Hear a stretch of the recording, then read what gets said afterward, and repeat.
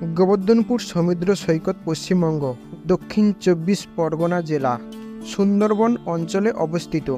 এটি একটি নির্জন এবং শান্ত সৈকত, যা শহরের জীবনের কোলাহল থেকে দূরে প্রাকৃতিক নীরবতা উপভোগ করতে যাওয়ার জন্য আদর্শ।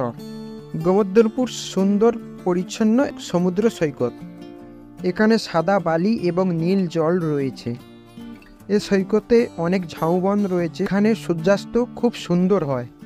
অনেক মানুষের কাছে এটা একটা প্রধান আকর্ষণ। এই সৈকতটায় ফটোগ্রাফির জন্য অনেক চমৎকার জায়গা। গোবর্ধনপুর সমুদ্র সৈকত সুন্দরবনের শ্বেত সৈকত হিসাবে পরিচিত। গোবর্ধনপুর সমুদ্র সৈকতে যাওয়ার জন্য সেরা সময় হলো শীতকাল। এই সময় আবহাওয়া ঠান্ডা থাকে এবং শুকনো থাকে। কিভাবে যাবেন গোবর্ধনপুর সি বিচ? কলকাতা থেকে পাথর প্রতিমা আসবেন, বাস বা ট্রেন ধরে। পাথর প্রতিমা থেকে চাঁদমারি ঘাট বা সীতারামপুর ঘাটে নৌকোয় করে যেতে হবে। সময় লাগবে ৩ ঘন্টা নৌকোয় যেতে।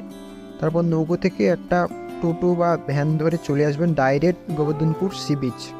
যদি আপনি শান্ত ও নিরিবিলি পরিবেশ সমুদ্র সৈকত খুঁজে থাকেন, তাহলে গোবর্ধনপুর আপনার জন্য একটা আদর্শ জায়গা।